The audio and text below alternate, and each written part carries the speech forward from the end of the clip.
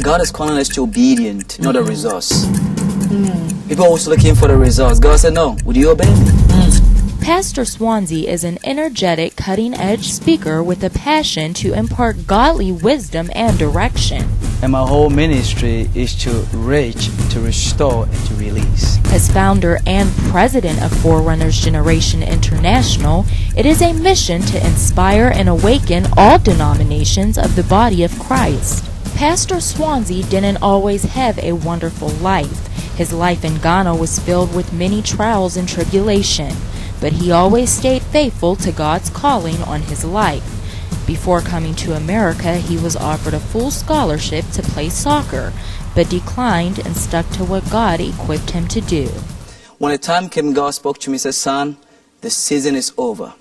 It is time to come to America, to reach to the people of America, because the church is dying. As a husband, father, pastor, missionary, and philanthropist, Swanzy is now an author as well. His new book, Apostolic Warfare, is on its way to being released.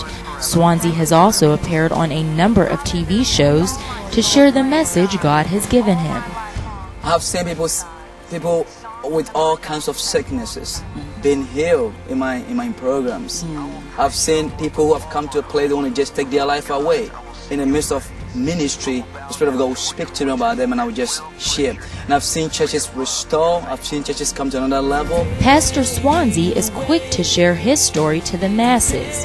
He's quoted by saying, "Life is not over until God says, and there is much more hope for you."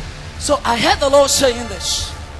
The same people who took advantage of you when they were supposed to give you what you deserve, but they never give you what belongs to you. God said, don't worry about it. You are not a failure. You are not a dropout. The Lord said, I will bless you, though I'm changing everything concerning your life in this season.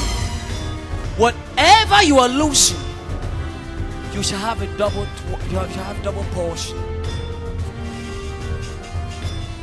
He said, prophet, I'm even losing my car. God said, don't worry about it. Because he's doing something new. Something new. And he took me to Isaiah chapter 61 and said, instead, now some of you, you are about to cross over from your instead into a place called out of your shame into a double portion. The right attitude always releases courage to overcome, to recover all. You gotta have the fortitude. And so some of you, I want to encourage you. Stop sitting down thinking, Lord, I have been giving and giving. I have not received the results.